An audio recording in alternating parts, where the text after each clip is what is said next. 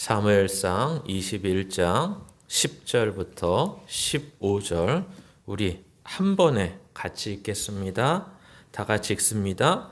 그날에 다윗이 사울을 두려워하여 일어나 도망하여 가드왕 아기스에게로 가니 아기스의 신하들이 아기스에게 말하되 이는 그 땅의 왕 다윗이 아니니까 무리가 춤추며 이 사람의 일을 노래하여 이르되 사울이 죽인 자는 천천히요 다윗은 만만이로다 하지 아니하였나이까 한지라.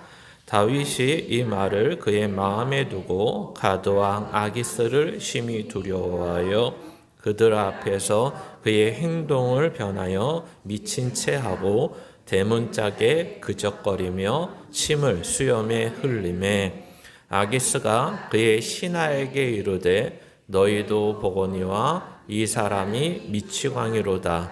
어찌하여 그를 내게로 데려왔느냐. 내게 미치광이가 부족하여서 너희가 이 자를 데려다가 내 앞에서 미친 짓을 하게 하느냐. 이 자가 어찌 내 집에 들어오겠느냐 하니라. 아멘.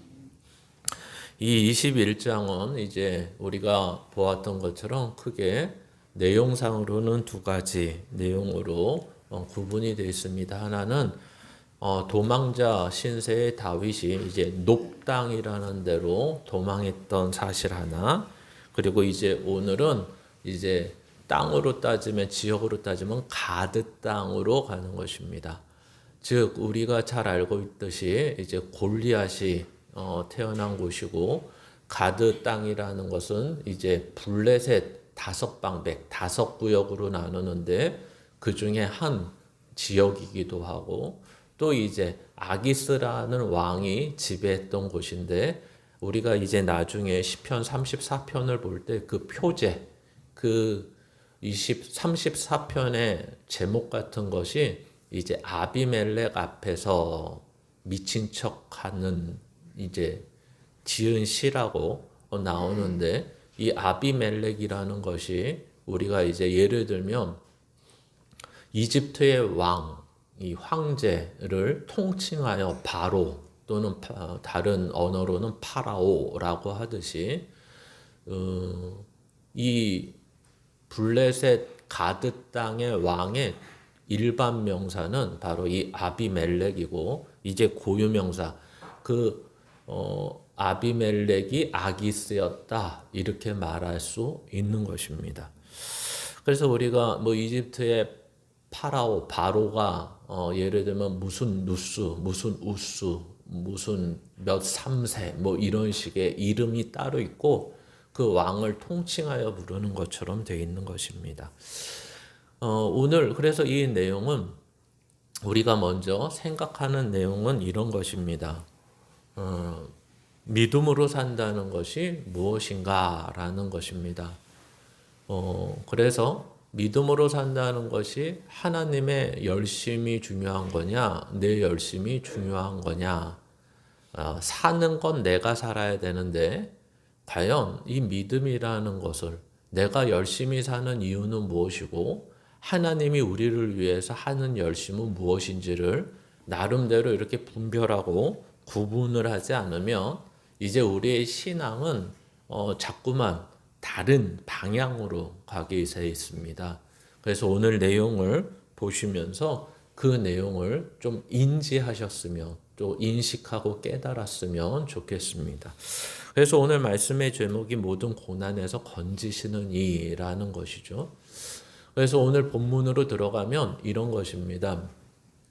다윗은 대략 10대 때 이제 기름 부음을 받고 대략 뭐 15세에서 17세 사이 뭐 이 정도 되는 것 같고 기름 부음을 받은 다음에 대략 한 13년에서 15년 사이를 이렇게 도망하게 됩니다. 그러니까 뭐 대략이라고 말씀드릴 수밖에 없고 이 대략의 근거는 보통 우리가 이제 30세가 돼야지 이제 왕이나 총리나 이 세상의 어떤 직분에도 기준이 있기 때문에 되는 것이기 때문에 그렇습니다. 그러니까 창세기의 요셉도 뭐 애굽의 총리가 되었더라라고 했을 때 그 총리의 나이가 30세 이렇게 보는 것처럼 그 근거가 30세라는 기준으로 봤을 때 10대, 15세나 17세 사이에 기름 부음을 받았고 한 13년에서 15년을 기름 부음을 받은 다음에 이렇게 도망자 신세가 되고 있는 것입니다. 그러니까 생각보다 꽤 긴 시간을 또 우리가 말하는 10대 후반부터 20대 전부를 뭐 하나 갈고 닦고 한 것이 아니라 도망하는 데 시간을 다 허비한 것처럼 보이는 것입니다. 마치 요셉도 그렇게 보이는 거죠. 창세기의 요셉도 10대 때 붙잡혀 가서 종살이하고 그리고 죄수 생활을 하는데 이제 성경에서 말하는 내용은 애굽의 총리가 된 다음에 그 장로들과 고관 귀족들 사이에서 지혜가 출중했고 그들을 가르칠 수 있는 실력을 갖추었다라고 말하는 것입니다. 그러니까 여기서 말하고 싶은 것은 그거죠. 하나님의 방법은 세상과 똑같지는 않다. 그러니까 일반적인 것이 있죠. 예를 들어서 우리나라식으로 하면 중고등학교를 나오고 대학을 나오고 공부를 해서 어떤 직장에 가서 하나하나 쌓아 올려서 어떤 스펙을 쌓고 이력을 쌓아서 그가 이런 실력을 갖추었다라고 말할 수 있지만 하나님의 사람은 꼭 그런 방법으로만 하나님이 그 실력을 쌓게 하시지는 않는다. 그런데 또 여기서 하나 주의할 것은 이런 것입니다. 그렇다고 해서 우리에게 주어진 것을 함부로 여기거나 안 해도 된다는 말은 아니다. 누구에게나 하나님이 그 모든 것을 주신 것이고 그것이 내 삶에 허락이 됐으면 항상 성실히 그 일을 하는 것이 하나님께서 우리에게 원하시는 것이지 막상 이런 요셉과 다윗의 이야기를 보면서 하나님은 꼭 대학 나온 사람만 쓰시지 않아. 하나님은 꼭 세상에 지식을 쌓은 사람만 쓰지 않아. 다른 방법으로 쓰시지 않아. 나는 그래서 세상의 방법으로 안 할 거야. 이런 식으로 고집하실 필요는 없다라는 것입니다. 이렇게 하시는 이유는 하나님께서 하나님의 사람을 사용할 때, 쓰실 때 꼭 세상의 방법으로만 되는 것이 아님을 말씀해 주는 것이지 이것이 일반적인 원칙으로서 설명되는 것은 아니기 때문에 그렇습니다. 그래서 이러한 것들을 기억하시면서 오늘 계속해서 이제 도망을 하다가 결국에는 어디까지 도망하느냐. 결국 우리가 세상에서 볼 때도 이런 거 아닙니까? 야, 이 땅에서는 더 이상 못 살겠다. 야, 이스라엘에서는 더 이상 내가 살 수 있는 발을 붙이고 등을 대고 누워서 살 수 있는 곳이 없구나. 이것을 알게 된 거죠. 자기가 느끼게 된 것입니다. 어딜 가나 귀가 있고 사울에게 보고되는 귀가 있고 어딜 가나 나를 보는 눈이 있어서 더 이상 여기에서는 살 수가 없는 것입니다. 그래서 고육지책으로 생각한 것이 무엇이냐면 이제 자기를 철천지 원수로 생각하고 있는 나라 블레셋 중에 가드로 지금 망명을 한 것처럼 되어 있는 것입니다. 요즘 말로는. 그래서 여기에서 보시면 가다 이제 가드왕 아기스에게로 갔다라고 말하고 있는데 한 가지 여기에서 특이한 점은 특이하진 않지만 특이하다고 말씀드리는 이유는 이 의미 때문에 우리가 그렇습니다. 왜 높당에서 갈 데가 없어서 왜 적군의 나라까지 가게 되느냐라고 했을 때 그 이유가 사울을 두려워했기 때문이다. 이렇게 얘기하고 있고 또 막상 나중에 보시면 알겠지만 왜 미친 척까지 할 수밖에 없었느냐라고 했을 때 아기스 왕이 두려웠기 때문이다. 이렇게 얘기를 합니다. 그러면 성경이 말하는 이 두려웠다라는 말은 어떤 말일까요? 그냥 내 마음에 그렇다고 하는 말일까요? 그냥 내 감정이 염려되고 걱정되고 떨리고 힘들었다. 아팠다. 이런 얘기를 하는 것이 아니라 성경이 말하는 두려움이라는 것은 직접적인 해를, 직접적인 위협을, 직접적인 죽음에 대한 염려와 걱정을 할 수밖에 없는 상태를 얘기합니다. 그러니까 우리가 세상에서 말할 때 예를 들면 공갈 협박 이런 말은 뭐죠? 진짜 하지 않을 텐데 그 사람한테 겁을 주려고 거짓말로 위협하는 것이다. 이렇게 표현하잖아요. 근데 여기서 말하는 두려움이라는 것은 진짜 이 사람은 날 죽일 거야. 이렇게 표현하는 것입니다. 공갈이 아니야. 그냥 말로만 하는 게 아니야. 그것을 어떻게 알죠? 이 사람들은 권력을 가지고 있는 사람입니다. 그리고 실제 나한테 창을 던진 사람입니다. 그리고 실제 나와 원수 관계에 있는 사람입니다. 이 사람들은 나를 두렵게 합니다. 왜? 실제로 그 일을 행할 수 있는 사람이기 때문에 그렇고 또 그것을 행하기 위해서 나를 쫓아다니는 사람이기 때문에 그렇습니다. 그러니까 이 위협이라는 게 누구한테 협박받고 공갈 협박을 받는 정도가 아니라 진짜 요나단에게 이야기한 것처럼 나는 지금 이 한 발자국 앞에 내 죽음이 있어 라고 말하는 내용이 10여 년간 그 삶에 붙어서 다니는 것입니다. 여러분, 이 정도 두려움을 매일매일 느끼는 이 정도 두려움이면 어떠실 것 같습니까? 우리는 살아남지를 못할 것입니다. 며칠만 지나도 소위 말해서 요즘식으로 말하면 멘탈이 붕괴가 될 것이고 트라우마라는 게 생길 것이고 우리는 불면증도 생길 것이고 여러 가지 삶의 질도 떨어지고 어딜 가나 걱정과 금심과 염려와 또 나를 보는 눈이 또 누가 있을까? 이제 오늘 사무엘상 이제 22장을 가면 높당에서 일어난 일들 때문에 아주 치명적인 살육이 벌어지는 22장의 내용이 나옵니다.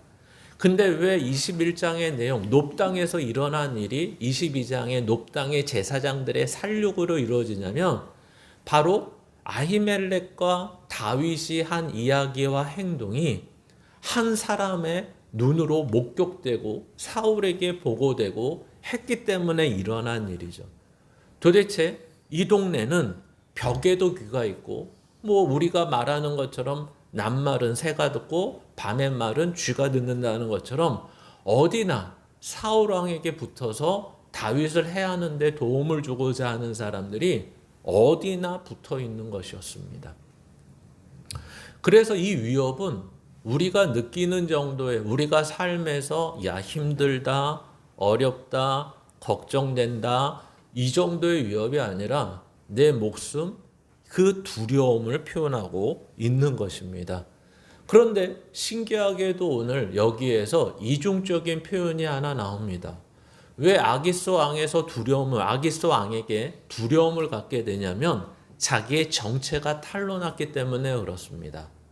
즉 다시 말하면 골리앗을 쳐 죽인 사람, 그리고 블레셋에게 큰 승리를 가져간 사람, 이것이 들통이 난 거죠. 그래서 그 들통난 예를 드는 것이 바로 이 노래가 마치 케이팝처럼 이스라엘 안에서만 울려 퍼지는 것이 아니라 가드 땅에서도 다 알고 있는 노래였다라는 것입니다. 마치 요즘에 나오는 영화 중에 하나가 북한에서 이제 인권을 잘 살핀다는 이유로 국제적으로 이제 후원을 받게 돼 있는 전제돼 있는 내용을 가지고 영화가 하나 나왔는데 그것을 몇 억 불에 상당하는 금액을 북한에서 받기 위해서는 그 참관자들한테 북한에도 교회가 있다는 걸 보여줘야 되는 거예요. 그러니까 북한에 이런 기쁨조나 찬양단으로 활동한 사람들이 이제 하나님을 찬양하는 찬양단으로 바뀐 영화가 있습니다. 그런 것처럼 오늘도 이 노래가 마치 이스라엘에만 있는 것이 아니라 넘어서서 그래서 그 영화에 보면 그 사람들이 하나님을 찬양하면서 중간에 이명웅의 노래를 한번 불러요. 그러니까 이 말이 뭐죠? 아무리 여론을 막고 방송을 막아도 이 좋은 노래는, 그 사람들의 마음을 움직이는 노래는 또 그렇게 자연스럽게 흘러가서 북한에서도 흘러 넘치게 됩니다. 마치 사울은 천천히요, 다윗은 만만이라는 노래가 원래는 블레셋에서는 불려지면 안 되는 노래죠. 왜 그러죠? 이것은 블레셋에게 승리한 내용이 있기 때문에. 근데 왜 이렇게 불려지느냐 했더니 이것 때문에 불려졌다는 거예요. 블레셋에서는. 야, 실제 이스라엘 왕은 다윗이래. 이것 때문에. 그 노래가 문제가 아니라 그 노래의 의미가 블레셋에 와서는 어떤 의미가 됐냐면 다윗이 왕이래. 근데 이게 뭐죠? 다윗의 정체입니다. 근데 우리는 지금 계속해서 다윗을 뭐라고 부르죠? 도망자 다윗이라고 부릅니다. 근데 실제는 성경이 이 다윗을 뭐라고 부르냐면 이 블레셋 적군의 말을 통해서 다윗은 왕입니다. 이렇게 부르는 거예요. 그러면 그 말을 듣고 어떻게 해야 되죠, 다윗이? 야, 그래. 내가 하나님의 기름 부음을 받았고 내가 왕이지. 이래야 된다는 것입니다. 근데 다음 장에 보시면 그렇지가 않은 거죠. 다윗이 오히려 발버둥을 칩니다. 그 발버둥의 내용은 뭐죠? 오히려 어떻게 해야 됩니까? 믿음이 없으면 체면이라도 세워야죠. 그렇죠? 내가 그래도 너희가 말하는 이스라엘 왕인데 너네가 날 죽이겠다면 기꺼이 죽겠다. 난 치사하게 살려달라는 말은 안 하겠다. 이렇게 나오든지, 아니면 내가 기름 부음 받은 하나님의 왕이라면 그 자리에서 어떻게 해야 됩니까? 같이 간 군사들과 함께 그들과 한번 싸워보든지, 이왕 들통난 거. 또는 더 나가서 하나님 앞에 간절히 기도해서 살려달라고 하든지, 뭔가 이런 모습이 있어야 되는데 결국 다윗이 취한 모습은 뭐죠? 미친 채 하여 살아나는 것입니다. 그러니까 나중에 여기에 대한 몇 가지 질문을 하겠지만, 혹시 이 내용을 보시면서 익히 아시는 분들은 야, 하나님이 지혜를 주셔서 미친 척하게 하셔서 그래도 살려주시는구나, 혹시 이렇게 생각하시면 오해인 것입니다. 성경이 여기에서 말하려는 것은 자기의 체면도 목숨 앞에서는, 그 두려움 앞에서는 자기의 체면도 자기의 자존심도, 아니 이때까지 믿음의 위인이었고 하나님을 위해서 죽을 수 있을 것 같은 사람마저도 지금 아무 신앙도 없는, 멘탈이 붕괴된, 신앙도 붕괴된 그의 모습을 보여주고 있다라는 것입니다. 바로 여기가 오늘 성경이 우리에게 말하고 싶은 내용입니다. 그러면 여기에 대해서 이 본문을 보시고 이러한 질문들을 다음 장에서 더 보실 수 있다라는 것입니다. 도대체 여기서 하나님은 무엇하고 계셨지? 아예 하나님이 등장하지 않습니다. 그렇죠? 그리고 다윗은 뭐 했지 여기서? 왜 기도도 안 했을까? 왜 열심히 기도했다는 말도 없을까? 라는 거죠. 또 여기에 대한 조금 아시는 분들은 오해가 있을 것 같습니다. 내가 아는 다윗은 시편 34편 4절에 보면 여호와께 구하매, 이렇게 기도한 것처럼 이미 시편 34편은 이야기하고 있는데 왜 기도했다는 말을 안 했다고 하지? 근데 오늘 실제 사무엘상 이 사건이 일어난 내용 속에서는 기도했다는 말을, 하나님 앞에 간구했다는 말을, 하나님 앞에 구하였다는 말이 특정한 내용으로서 등장하지 않는다는 것입니다. 또 더 나아가서 다윗은 왜 이렇게 잘못된 선택을 하지? 처음부터 그 땅을 이 블레셋에 5구역이 있다라고 말씀드리지 않았습니까? 근데 하필이면 철천지 원수로 생각하는 그 방백, 그 구역으로 왜 들어갔을까요? 다른 구역도 많을 텐데. 그렇죠? 애초부터 이 선택은 잘못된 선택이었고, 그리고 그 잘못된 선택 가운데 두려움만 더욱더 가중됐고, 그 두려움이 가중되다 보니까 그의 체면도, 그의 자존감도, 그의 신앙도 없는, 그저 목숨만을 위해서 어떻게든 살아보겠다고 발버둥치는 그의 모습만을 보여주고 있는 것입니다. 도대체 다윗이 똑똑한 사람 같고 용맹스러운 사람 같고 이때까지 우리가 봤던 다윗은 저런 모습이 보이지 말아야 되는 사람인데 왜 이 잘못된 선택을 했을까라는 질문도 해봐야 된다는 것입니다. 또 더 나가서 아까 이미 언급한 것처럼 왜 미친 척을 할 수밖에 없고 이 미친 척이 하나님의 지혜가 맞느냐? 그럴 수 없다라는 것이고, 또 여기엔 써있지 않지만 더 나가서 하나님이 다윗을 그러면 다윗을 위해 무엇을 해 주셨냐라는 거죠. 성경은 오늘 내용상에서 보면 결론으로 보면 이것밖에 없습니다. 거기서 죽이려고 했는데 정체가 드러나는 바람에 얘는 못 믿을 놈이야. 우리 골리앗도 죽였고 블레셋에게 많은 피해를 줬던 사람이고, 더 나가서 잘됐다. 얘는 이스라엘 왕이니까 이번 기회에 믿을 수 없고 죽여버리자라고 말이 되니까 미친 척한 거 아닙니까? 근데 미친 척했더니 어떻게 해요? 아기스 왕이 야 재수없다. 그냥 놔줘라. 그래서 쫓겨가서 아둘람 동굴로 도망하게 됐다라고 말하는 것입니다. 그러니까 우리가 굳이 보면 이것밖에 없어요. 결론적으로. 그래도 목숨만은 살려줬다.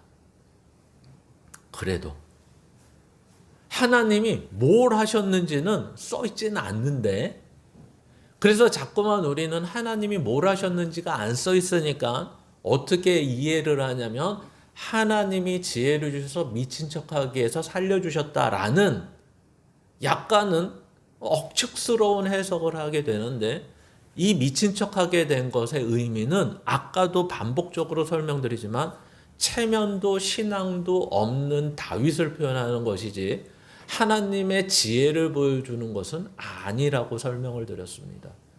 그러나 결론적인 건 뭐죠? 살았다. 그 목숨에는 문제가 되지 않았다. 이것이었습니다.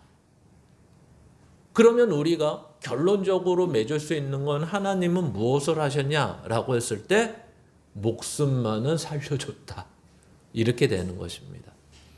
다윗이 하나님 앞에 믿음으로 나가지도 않았고 신앙을 가지고 고백하지도 않았고 하나님을 부르짖지도 않았고 그의 신앙된 모습과 믿음의 모습은 전혀 보이지 않는데, 그 보이지 않는데도 불구하고 하나님은 그를 살려주셨다. 목숨만은 살려드릴게. 이런 거죠. 그래서 오늘 우리가 보는 내용으로서는 이런 것들을 다음 장에서 이 질문들을 마음에 품으시고 다음에 하나님이 우리에게 이 말씀을 통해서 말씀하시려고 하는 것이 무엇이냐를 이해하시면 좋을 것 같습니다. 첫 번째는 다윗은 무엇 했나라는 것입니다. 다윗은 한 것은 두려움에 쌓여 있었고 미친 척하여서 했던 모습밖에 없었습니다. 그러면 오늘 내용을 좀 더 충실히 보기 위해서 시편 34편으로 다 가시겠습니다. 시편 34편은 계속 봐야 되니까 이제 시편 34편으로 본문을 좀 넘어가도록 하겠습니다.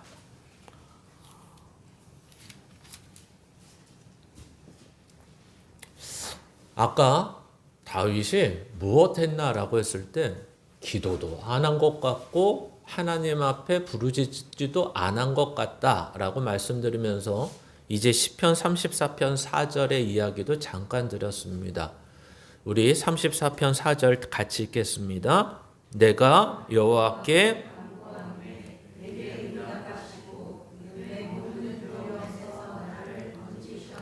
아멘. 여기 보니까 다윗이 무엇을 했냐? 근데 여기에서 하나 더 보셔야 되는 게 아까 이미 언급한 것처럼 34편에 보통 성경에는 표제가 써 있는데 이렇게 써 있습니다. 다윗이 아비멜렉 앞에서 미친 채 하다가 쫓겨나서 지은 시. 그러니까 오늘 사무엘상 21장 10절부터 15절의 사건을 바탕으로 해서 거기 있을 때 지은 시가 아니라 다 이제 쫓겨나서 목숨만은 살고 뭐 예를 들면 이제 아까 쫓겨나간 아둘람 굴에서 이 시를 썼는지 그 이후에 더 나가서 이 시를 썼는지 모르지만 기준이 뭐냐면 여기에서 쫓겨난 다음에 그러니까 간단히 얘기하면 살아 있으니까 쓴 시 이렇게 되는 것입니다. 그가 살아 있어서 쓴 시. 만약에 여기에서 살지 못했으면 이 시는 없는 시. 그래서 살아 있게 돼서 쓴 시. 이렇게 이해를 하셔야 됩니다. 그러면 이 4절에 보시면 분명히 써 있지 않습니까? 내가 여호와께 간구하며 내게 응답하시고 내 모든 두려움에서 나를 건지셨도다. 우리가 이것을 그냥 읽으면 어떤 느낌이냐면 사무엘상에는 써 있지 않지만 그래도 속으로 기도를 했나 보다. 그러니까 하나님이 어찌됐든지 민치척하게 했는지 어떻게 했는지 해서 모면하게 하시고 결국에는 그 두려움에서 건지셨다는 말은 살려주셨구나. 뭐 이 정도로 이해를 하게 되는 것입니다. 근데 아까 이미 말씀드린 대로 어떤 거죠? 이 두려움이라는 게 여러분 이제 아까도 서두에 말씀드린 것처럼 10여 년 동안을 도망 다녀야 돼요. 근데 그냥 도망 다니는 게 아니라 목숨의 위협을 받으면서 도망 다녀야 됩니다. 지금 여기까지 왔으면 얼마나 몇 년이나 남았을까요? 아직 적어도 5, 6년 이상이 남은 거예요. 앞으로도. 정확히 몇 년이 남았는지 모르지만 수년을 이런 식으로 지내야 돼요. 근데 이상하게도 이 내용이 다 지나간 다음에 왕자리에 딱 앉아서 옛날을 돌이켜 보니까 내가 두려움 가질 필요 하나도 없었네. 왜냐하면 하나님 앞에 간구하면 하나님이 내 간구를 들으시고 이러한 목숨을 항상 살려주시니 나는 이 10여 년 동안의 어려움 속에서 방법을 하나 습득했는데 뭐냐면 이렇게 두려움이 올 때 하나님 앞에 기도하면 하나님이 이 두려움에서 벗어나게 하시고 살려주셔서 나는 어느덧 두려움이 없게 됐어. 저것들 아무것도 아니야 하나님 앞에서. 이렇게 되었다라고 이 왕이 된 다음에 생각해야 되는데 그러지가 않고 시점이 어떤 시점이에요? 이제 쫓겨난 다음에 이 시를 쓰는데 이 시의 내용이 뭐냐면 내 모든 두려움에서 나를 건지셨다라고 말하는 거죠. 도대체 내 모든 두려움은 그 모든은 어떤 걸까요? 라는 거죠. 도대체 여기에서 다윗은 뭘 느끼고 뭘 경험하고 무엇을 알았기에 여기에서 단순히 사울에 대한 두려움과 사울에 대한 두려움은 계속 있을 수 있겠죠. 그러나 적어도 여기에서 뭐라고 표현하냐면 이제 적어도 아기스에 대한 두려움이 그 가드 땅에서 쫓겨남으로 인해서 하나님이 살려줌으로 인해서 나는 이제 그 두려움에서 벗어나게 됐습니다. 이런 식으로 표현을 해야 될 것을 너무 과장되게 표현을 합니다. 내 모든 두려움에서 나를 건지셨도다. 그러면 이 말은 뭐냐면 이제 아기스 왕에게서 쫓겨나서 아둘람 굴러왔는데 이 다음부터 이제 다윗에게는 이런 두려움이 있다는 걸까요? 없다는 걸까요? 아마도 적어도 이런 두려움은 이번 사건을 통해서 없어진 것 같습니다. 오히려 그래서 나중에는 조금씩 변하겠죠. 아, 하나님의 뜻대로 해야 돼. 이런 식으로. 대표적인 예가 뭐죠? 사울왕이 계속해서 자기를 죽이려는 걸 알고 있고 쫓아오는 걸 알고 있고 군대를 동원해서 자기를 죽이려는 것을 실제 위협으로 느끼고 있지만 사울왕을 죽일 수 있는 기회가 올 때마다 다윗은 어떻게 하죠? 그때 멘탈이 붕괴되고 분노가 차오르고 눈이 충혈되어 창을 들고 찍어 죽일 수밖에 없었다. 이렇게 되지 않고 그때는 오히려 정신을 차립니다. 하나님이 기름 부은 자를 함부로 내 손으로 심판할 수 없어. 죽일 수 없어. 여기까지 보면 미친 척하며 두려움에 휩싸였던 그가 나중에 가면 마치 제정신인 사람, 믿음이 있는 사람, 하나님을 두려워할 줄 아는 사람처럼 보이게 된다는 것입니다. 뭐가 그를 이렇게 만들었을까요? 라고 우리가 이해하지 못하면 이 어떻게 보면 가장 큰 다윗의 도망하는 가운데서 가장 큰 전환점을 우리는 놓치고 가는 것이 되기 때문에 그렇습니다. 그 기준되는 절이 바로 이 4절인 것입니다. 우리는 이렇게 얘기하죠. 두려우십니까? 염려와 걱정이 되십니까? 그럼 뭐 하세요? 기도하십시오. 맞는 말일까요? 틀린 말일까요? 말은 맞죠. 그러면 두 번째, 기도하면 없어집니까?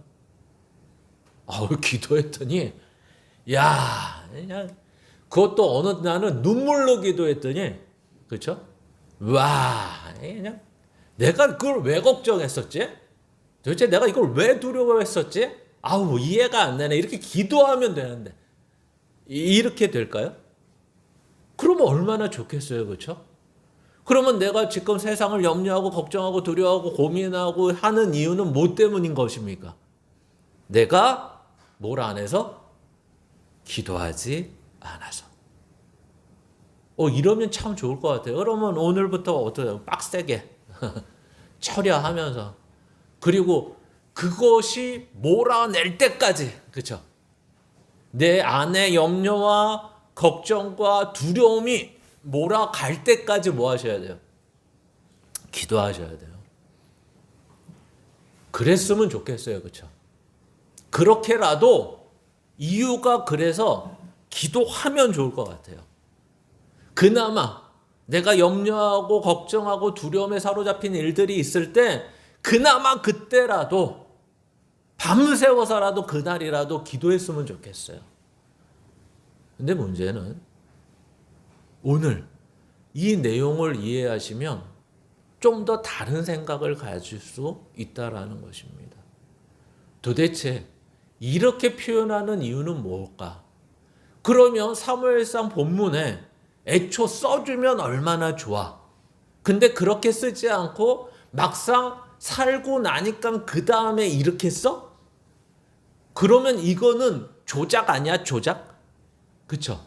성경이 사무엘상에 일부러 그 사건의 내용을 기록하면서 다윗이 그 중에 마음으로 하나님을 깊이 사모하며 기도했다. 하나님의 간구했다라는 말만 하나 넣어줬으면 우리도 아까 말한 것처럼 그렇게 염려와 걱정과 두려움이 있을 때 그러면 되는 것을 공식 하나를 얻을 수 있는데 그게 아니라 이게 다 끝나고 나니까 그제서야 이게 간구했다라고 얘기하네? 이거는 쪽팔려서 이렇게 썼을까요? 그때 기도하지 않았는데 기도한 것처럼 그래도 써야지 이게 이야기가 되니까. 그쵸? 뭘 안 했는데 하나님이 살려줬다 그러면 그 다음 얘기가 다 안 되잖아요. 적어도 간구한 게 있고 하나님이 들으신 게 있고 나의 부르짖음이 있어야지 그 다음에 얘기가 성립이 되니까 그걸 하나 넣었을까요? 그렇지 않다라는 것입니다. 여기에서 이 말을 쓰는 이유는 나의 어떤 행동, 나의 어떤 모션, 나의 어떤 것들을 말하기 위해서 쓴 것이 아니라 간구함에 어떻게 하세요? 응답하셨다라는 말은 이런 말이라는 거예요. 앞으로 다시 가야 되는데. 빨간 글씨 한번 읽어보시죠. 같이 읽습니다. 시작. 함께 계시고 적극적 개입하는 분. 이 얘기를 하는 거예요. 이게 한글로 보면 느낌이 좀 들어오죠. 그러니까 이게 이 말이에요. 간구함에 내게 응답하시고, 이게 같이 일어나는 거예요. 같이. 간구했더니 한참 있다 살려주셨다가 아니라 간구와 응답이 같이 동시다발적으로 일어난다는 의미로서 이 말을 쓰는데, 이 의미는 내가 주어가 아니라 하나님이 주어인 거예요. 하나님은 늘 나와 함께 하시고 나보다 더 나를 걱정하시고 나보다 더 나를 알고 계시는 분. 그래서 그냥 내가 이 모양 이 꼴로 있는데 그냥 계시지 않는 분. 이것을 더 적극적으로 얘기하면 이런 말이에요. 다윗이 미친 척하지 않아도 하나님은 이 다윗을 살리실까요? 안 살리실까요? 미친 척 했기 때문에 살렸을까요? 아니라니까요. 두 번째, 기도해서 살려줬을까요? 기도 안 해도 살려줬을까요? 여러분, 자식이 물에 흘러가고 있는데 애가 힘이 없어서 살려주세요, 살려주세요 못하고 있어. 그러면 제가 살려달라는 말 안 하네? 흘러가고 있어. 그러면 안 살려줘요? 어떤 내 자식이 아니더라도 어떤 사람이 이렇게 하면 저 사람 살려달라는 말 안 하네? 안 살려줘도 되네? 이래요? 그러지 않아요. 특히 내 자식에 대해서는 그러지 않아요. 못 살릴 것도 살리려고 애를 써요. 죽으려고 하는 애를 눈물로 살리려고 애를 써요. 그 부모는. 이해가 되시죠? 이거를 이해를 못하면 이 말씀을 이해를 못하는 거예요. 하나님은 이런 거예요. 하나님은 어떤 분이시냐? 함께 하시는 분이야. 하나님은 어떤 분이냐? 그냥 보고 계시는 분이 아니라 그 가운데 내가 믿음이 없고 내가 하나님을 찾지도 못하고 내가 어처구니 없는 모습인데도 하나님은 거기에 대해서 적극적으로 개입하시는 분이야. 이 표현을 시편의 표현은 이렇게 하는 거예요. 간구함에 응답하시고. 내가 하는 걸 표현하는 게 아니라니까요. 하나님이 어떤 분이신가를 여기엔 이렇게 시적 표현으로 쓰는 거예요. 우리가 잘 아는 표현, 하나님은 함께 하시며 그냥 우리를 외면하시는 정도, 그냥 위로하시는 정도가 아니라 적극적으로 개입하시는 분이야. 이게 간구함에 응답하시고라는 말이에요. 그리고 다음 장을 보시면 금방 말은 내 모든 두려움에서 어떻게 하세요? 나를 건지셨도다. 이런 말은 하나님은 야 괜찮아. 우리는 위로받고 싶잖아요. 근데 그 위로가 뭐예요? 괜찮아. 넌 할 수 있어. 잘해. 너 지금 이럴 필요 없어. 너는 특별한 사람이야. 별 얘기를 다 하잖아요. 위로한다고.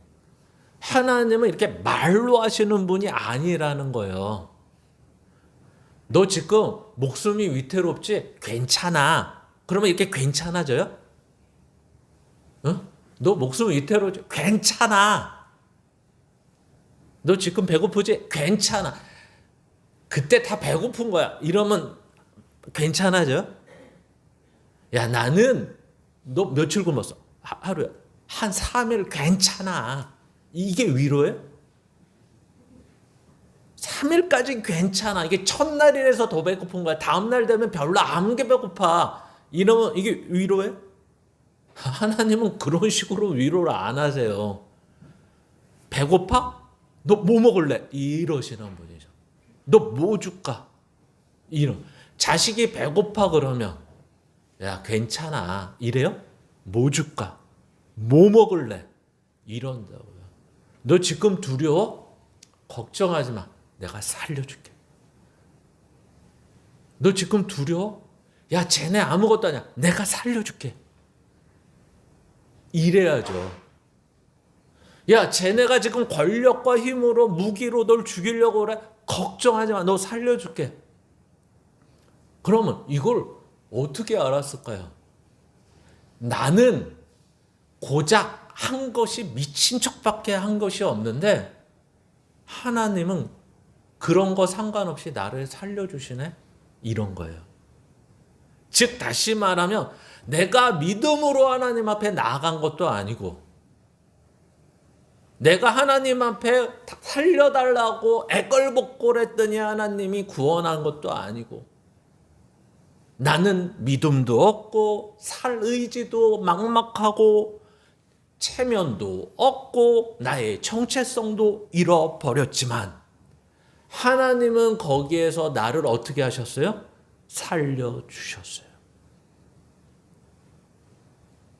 내 믿음을 보고 살리신 것이 아니라 하나님의 신실하심이 나를 살리셨어요. 그러니까 아까 잠깐 언급한 것처럼 내가 사울을 죽이지 못하는 이유는 하나님이 기름 부은 자이기 때문에 내 손으로 죽이지 못하는 거예요. 그것을 거꾸로 얘기하면 하나님이 기름 부은 자는 어떤 사람도 그를 함부로 죽일 수 없다라는 걸 알게 되는 거예요. 내가 미친 척해서 살아난 것이 아니라 여기에서 이 어려움 속에서 나오고 나니까 안 것은 나는 믿음이 없는 자고 하나님은 신실하신 분이었다라는 걸 아는 거예요. 내 모든 두려움에서 나를 건지시는 거예요. 이제 이 일을 통해서 다윗은 하나님을 알아가는 거죠. 우리가 21장 1절에 높당에서 일어난 얘기는 어떤 거예요? 어떤 하나님을 알아요? 인자하신 하나님. 그 인자하신 하나님은 어떤 하나님이에요? 내 죄를 죄라고 여기지 아니하시는 하나님. 왜? 예수 그리스도 안에 있기 때문에. 오늘 이 다윗에게 알려준 하나님은 어떤 하나님이에요? 신실하신 하나님. 내 믿음을 보고 나를 지키시고 보호하시고 인도하시는 하나님이 아니라 하나님의 신실하심이 바로 나를 구원하시는, 내 믿음을 보시고 구원하시는 것이 아니라 하나님의 신실하심, 하나님의 열심으로 그를 구원하시는 하나님임을 알 수 있게 되었다. 이 얘기입니다. 그래서 우리는 마치 예전의 광고처럼 읽을 때는 이 앞의 내용을 다시 한번 가보시겠습니까?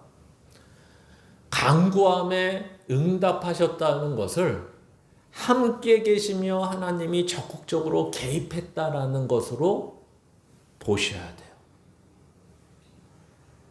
다음 장 보시면 두려움에서 건지셨다는 분은 실제로 개입하셔서 하나님이 그 두려움을 삶으로 바꿔주시는 하나님임을 기억하셔야 돼요. 그러니까 이것이 이해가 안 되고 이렇게 해석이 되지 않으면 이 말은 마치 다윗이 강구해서 그 믿음을 보시고, 그러니까 자꾸만 어떤 말들이 마치 이것으로 통용이 되냐면 이렇게 통용이 되는 거예요. 여러분 힘드시고 어려우십니까? 할 수 있는 게 없으십니까? 근데 우리에게 할 수 있는 유일한 것은 있지 않습니까? 뭐죠? 기도. 참 좋겠어요. 예.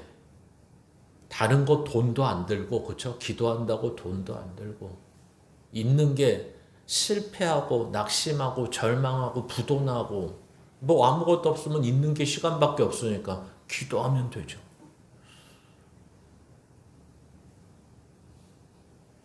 근데 하나님은 그런 하나님이 아니시라는 거예요. 그러면 우리는 기도할 필요 없네. 또 이렇게 나오시면 안 되는 거죠. 이렇게 기억하시면 안 된다고요. 기도가 만사형통이다. 기도할 때 하나님이 들어주신다. 그래서 우리는 이러한 말을 명언을 많이 만들어요. 기도하면 하나님이 일하신다서부터, 기도하면 역사가 이루어진다서부터. 이건 믿음이 없는 자들이 만들어낸 아주 교묘한 말들이에요. 그런 하나님이면 믿지 말아야 돼요. 도대체 기도하면 그때서야 들어주는 하나님. 자식이 죽게 생겼는데 그때서야 야 네가 말 안 해서 안 도와줬어. 이런 부모는 세상에 부모도 없어요. 근데 하나님이 야 그때 너 기도 안 했잖아. 그때 저 안 살려줬어. 그때 기도했으면 내가 살려주지.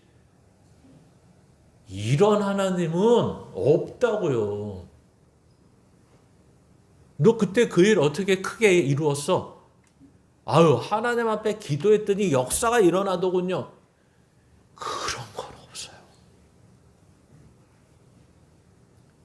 그런 건 없다라는 말은 인간이 근거가 돼서, 인간의 열심이 이유가 돼서 하나님이 그 일을 이루시거나 하나님이 그 일에 개입하시는 것은 없어요. 오늘 성경이 그 얘기를 하는 거예요. 마치 골리앗을 무찌를 때 다윗이 용맹스럽게 나가서 한마디 던지잖아요. 골리앗, 너 아무것도 아니야. 만물의 주관자시며 만유의 주가 내 하나님이시고 하나님만이 내가 온 땅의 주인이심을 널 죽여서 알리겠어. 이게 신앙이 아니었다고 얘기하는 거예요. 우리는 여기서 또 하나 보는 거는 이런 거잖아요. 그래, 그렇게 멋진 게 신앙이야. 하나님이 살려주시면 그렇게 멋지게 살려주시고 더 흥왕케 해주시는 게 하나님의 특징이야. 이런 식으로 얘기한다는 거예요. 아니요. 미친 척하다 살아나도 살아있는 게 중요한 거예요.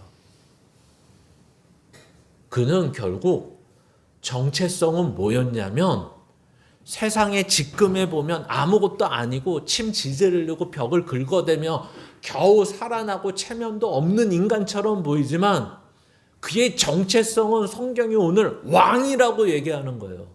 왕. 그 스스로가 그것을 몰라서 그렇지. 하나님도 너 왕이야 라고 하고 있고 세상 아기스 적군들도 다윗을 보면 너 왕이야 이러고 있는데 나는 미친놈이야. 스스로는 이러는 거예요. 왜? 두려움에 사로잡혀서. 하나님이 어떤 분이신지를 몰라서. 하나님이 정하신 것은 어떻게 되는 거예요? 그 누구도 바꿀 수가 없어요. 지금 왕이 안 됐는데 죽을 수 있어요, 없어요? 없다고요, 기본적으로. 그러면 다윗이 믿음이 있다면 어떻게 해야 돼요? 혹시 잘못된 선택을 해서 아기스 왕한테까지 갔어. 근데 죽을 것 같아. 그러면 어떻게 해야 돼요? 야, 됐어. 내가 왕이야, 왕. 죽이려면 죽이고 살려면 살려. 그러나 난 너희들 하나도 두렵지 않아. 하나님이 나를 함께 하시니까. 이게 신앙이라고요, 오히려. 거기에서 칼을 뽑아들면 골리앗의 칼을 다시 한번 뽑아들고 저것들 다 죽이겠어. 이러질 않는다고요. 여기서는 철저하게 하나님이 우리의 믿음을 보시는 하나님이 아니라 하나님 자신의 믿음으로 우리를 살리시는 하나님임을 보여주는 거예요. 그러니까 여기에서 더욱더 확실하지 않습니까? 이제 내가 믿음이 보여드리지 못했는데도 불구하고 하나님은 나를 살려주셨어. 그러면 여기에서 믿음으로 살면 얼마나 더 큰 일들을 경험할 수 있겠어요. 그렇죠? 믿음이 없는데도 하나님은 나에게 이렇게 하시는데 내가 믿음으로 산다면 이보다 더 큰 일들이 일어날 거라는 기대가 있지 않겠습니까? 이 얘기를 하고 있는 것입니다. 그래서 우리는 이 다음 장에 정확히 다윗이 보여주려는 게 있어요. 뭐죠? 하나님은 무엇 하셨나입니다. 우리 34편 6절부터 8절까지 한 목소리로 같이 읽습니다. 시작. 이 공고한 자가 34편 6절부터 8절까지 같이 읽습니다. 시작. 이 공고한 자가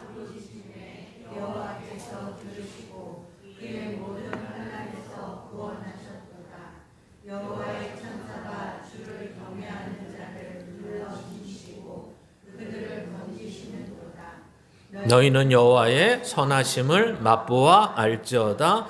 그에게 피하는 자는 복이 있도다. 아멘. 그래서 여기서 분명히 얘기하죠. 6절에 이 공고한 자가 부르짖음에, 그죠? 어떻게 하십니까? 여호와께서 들으시고 구원하십니다. 환란에서. 이 말이 무슨 말이라고요? 내가 부르짖어야지 하나님은 그때서야 아우 얘 힘들구나 하고 도와주셨네. 이 말이 아니라 이 말은 하나님은 늘 우리의 기도에 귀 기울이시고 우리와 함께 하시며 우리의 모든 것에 그냥 위로자 정도가 아니라 개입하셔서 그 모든 것을 함께 하시는 분이다. 이것을 설명한다고요. 그래서 더 나가서 우리를 어떻게 하시는 분입니까? 부족하지 않게 하신다. 이게 더 중요하죠. 왜 중요합니까? 내가 내 것을 채우는 게 아니라 여호와 하나님께서 내 필요한 모든 것을 아시고 부족하지 않게 하신다. 이런 것입니다. 그러니까 이런 거죠. 우리가 생각하는 나 돈이 필요한데 건강이 필요한데 문제 해결이 필요한데 이거에 초점이 있는 것이 아니라 나 믿음이 필요한데 나 사랑이 필요한데 나 용서가 필요한데 하나님을 따르는 신앙이 필요한데 이럴 때마다 하나님은 부족하지 않게 하신다라는 겁니다. 야, 너 오늘 믿음 없는데도 너 산 거 알지? 왜 산지 알아? 내 믿음 때문이야. 근데 한 가지 조건이 있어. 이렇게 얘기하는 거예요. 다음 장에. 그럼 우리 보고 뭐 하라는 겁니까? 우리 19절 한번 보시겠습니다. 34편 9절 함께 있습니다. 시작. 너희 성도들아 여호와를 경외하라. 그를 경외하는 자에게는 부족함이 없도다. 아멘. 뭐 하라고요? 그를 경외하래요. 여호와만을 경외할 때 부족함이 없다라고 말하는 거죠. 그럼 경외한다는 말이 뭘까요? 아까 이런 거죠. 두려움이라는 거예요. 그 경외한 말은 하나님을 공경하고 두려워하라는 한자적인 의미도 있지만 더 중요한 거는 바로 이거예요. 너가 뭘 두려워했기 때문에 그랬어? 라고 말할 때 사울 왕이 두렵고 아기스 왕이 두려웠어요. 왜 두려웠어? 그들은 내 목숨을 살릴 수도 있고 죽일 수도 있는 자였기 때문이었어요. 그랬더니 하나님이 다윗에게 가르쳐 준 것은 야, 그들을 두려워할 필요 없어. 그들은 너의 목숨을 살리지도 죽이지도 못해. 근데 너의 목숨을 살리고 죽이는 것은 누가 하는 건지 알았어? 바로 하나님이 하시는 거야. 하나님의 열심이, 하나님의 일하심이 너를 살린 거야. 그러니까 너도 여호와를 경외해. 그 하나님이 너를 살리고 죽이고 복주고 저주하고 화를 줄 수 있다는 것을 알기를 원해. 이 말이 이거예요. 여호와를 경외하라가. 하나님만이 신명기식으로 얘기하면 생사화 복을 주관하시는 분이라는 걸 아는 게 너가 부족함이 없는 인생을 사는 거야. 이게 요즘식으로 말하면 믿음이 충만한 거야. 이렇게 얘기하는 것입니다. 너 세상이 먹여 살리는 거 아니야. 세상이 복 주는 거 아니야. 너의 성실과 열심히 복 받는 내용이 아니야. 너가 모은다고 모여지는 거 아니야. 너가 싫다 그래서 끝나지 않아. 이런 내용들인 거죠. 하나님 손에 달려있다. 그러면 우리는 아까도 표현했지만 기도하지 않아도 되겠네.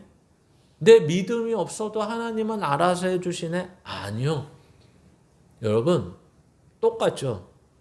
자식이 부모를 신뢰하지 않고 부모를 사랑하지 않아도 부모는 자식의 필요한 것들을 공급하며 그의 신음소리에 그의 반응에 반응할 수밖에 없습니다.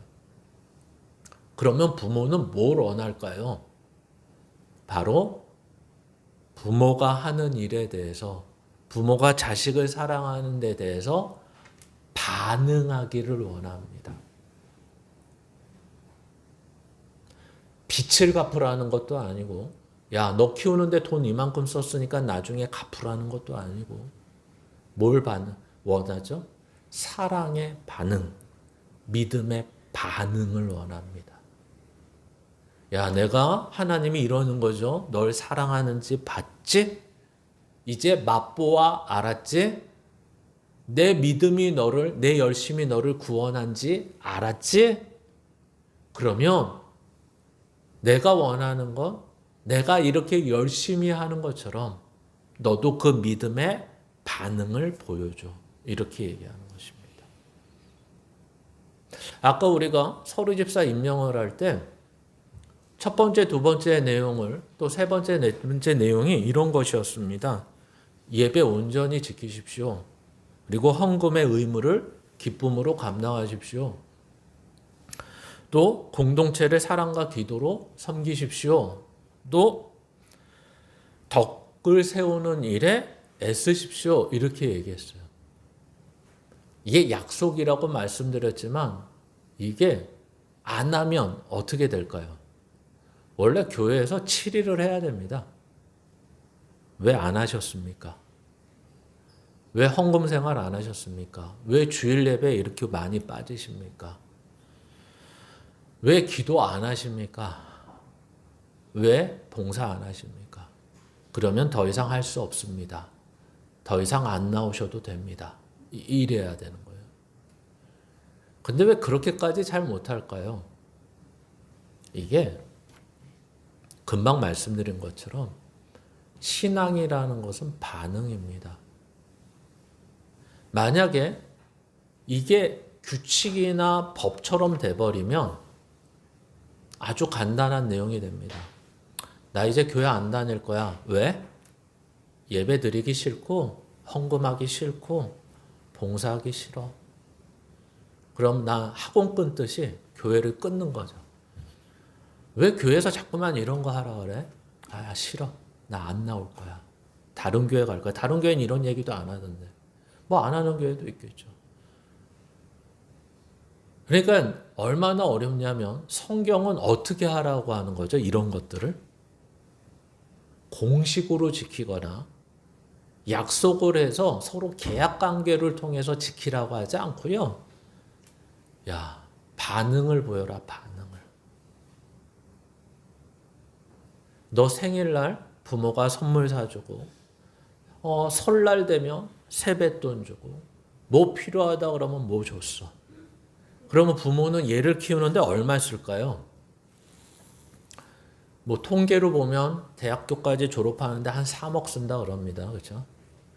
그러면 이제 대학 졸업하고 취업하면 이제 3억을 몇 개월 할부로 받을까요? 부모는. 한 36개월 할부로 하면 매달 얼마씩 내야 되죠? 1,000만 원 가까이 내야 해요. 그렇게 하지 않습니다. 얘가 직장을 다니거나 돈 벌기 시작해서 어느 날 용돈 쓰라고 10만 원, 20만 원 주면 어떻게 하죠? 부모는 아이고 애게 요거네 이럽니까? 야, 너한테 쓴 게 얼마인데? 그러니까 어이구 얘가 그래도 철 들었네. 얘가 잘하네. 이러죠. 액수도 누구한테는 중요할 수 있지만 액수가 우선이 아니라 뭐죠? 반응이죠, 반응. 아, 얘가 그래도 부모의 사랑을 안 해. 얘가 부모가 자식한테, 자기한테 한 게 무엇인지 안 해. 이런 것입니다. 근데 교회는 너무 급해요. 뭐가 급하죠? 이때까지 못 기다려. 그러니까 이런 거라는 거예요. 이렇게 해서라도 연습하라고. 근데 성경은 어떻게 하냐면 기다리래요, 원래. 걔가 이렇게 다윗에게 하듯이, 야, 봐라. 너는 고작 하나님이 손 놓고 있고, 하나님이 개입하지 않고, 너도 하나님을 부르짖지 않으니까 할 수 있는 게 뭐밖에 없냐면 미친 척해서 겨우 살아나는 것밖에 없지 않냐. 얼마나 왕이라고 부름을 받았는데 얼마나 비참한 인생이냐. 하나님이 아버지라고 뒀는데 결국 이렇게 비참하지 않냐. 그러지 말아라. 하나님은 너 이 꼴 못 보신다. 여기에 반응하며 살아라. 믿음으로 살아라. 믿음의 반응이 있어라. 예배를 드리는데 온전히 기쁨으로 드리는 데까지 너가 해야 된다. 헌금을 드리는데 아까워하지 말고 기꺼이 하나님의 것을 하나님 앞에 드리는 줄 알고 드려야 된다. 봉사와 사랑으로 기도하고 섬김으로 기도해야 되는데 그게 이웃을 내 몸처럼 섬기는 데까지 가야 된다. 그리고 애써야 된다. 너만을 위해 살지 말고 다른 사람의 눈치를 보면서 좀 살아라. 그게 덕을 세우는 거다. 그래야지 빛과 소금으로 살 수 있는 거다. 성경은 이 모든 거에 대해서 하나님을 알고 하나님에 대해서 믿음으로 반응하는 자들을 원하시고 계신다는 것입니다. 그래서 신약 성경은 이렇게 얘기합니다. 한번 다음 장 보시겠습니까? 같이 읽습니다. 시작.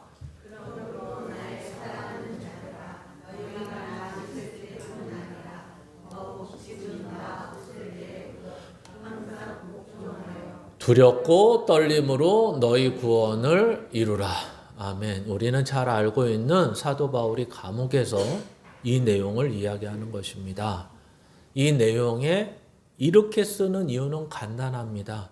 사도 바울이 감옥에 갇혔으니까 복음이 전해지는데 방해가 될까요? 안 될까요? 자기는 방해가 되고 복음을 못 전하기 때문에 하나님의 나라가 안전해질 거라고 생각을 합니다. 그러나 여기에서 보시면 항상 복종하여 두렵고 떨림으로 너희 구원을 이루라는 말은 바로 하나님의 열심히 이 일을 하고 계시기 때문에 내 열심 갖고 하는 게 아니었다는 걸 아는 것입니다. 즉 다시 말하면 여기에서 두렵고 떨림으로 너희 구원을 이루는 건 하나님 앞에서 하나님이 이 일을 하신다. 내가 하는 게 아니었다. 나는 통로고 도구였을 뿐이다. 내가 감옥에 갇혀 있어도 이 일은 하나님이 하시는데 어떻게 하시나 봤더니 내가 감옥에 갇혀서 그래 그럴 줄 알아서 지 잘난 줄 알고 있더니 그러면 이제 우리가 열심히 전해야지 하는 부류가 생겼고 또 한 부류는 야 사도 바울이 저렇게 갇혔으니까 나라도 이제는 복음을 잘 전하자 하는 지지자들이 생겼다는 거예요. 자기를 싫어했던 사람도 자기를 좋아했던 사람도 다 내가 갇히는 바람에 뭐하고 앉아있다고요? 복음을 전하는 자로 쓰임받고 있더라고요. 하나님의 열심히 하나님의 사람을 통해서 나 아니어도 하고 계시더라고요. 이걸 아는 거죠. 이걸 아는 거. 우리가 아는 믿음은 바로 이거죠. 내가 나를 만들어가는 게 아니라 하나님이 나를 만들어가시고 그 하나님이 만들어 가시는 그 맛을 본 사람만이 뭐 해야 된다고요?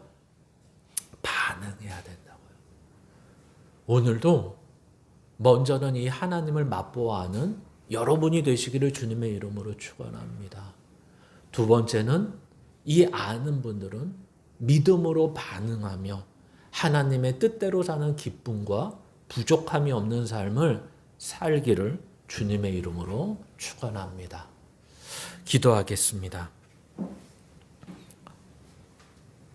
하나님,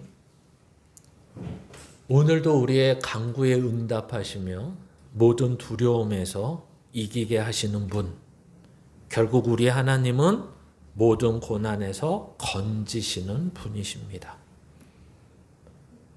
나의 믿음이, 나의 열심이 하나님을 일하게 하신 것이 아니라 나를 사랑하시고 하나님의 신실하심이 바로 나를 구원하시는 일이신 것입니다.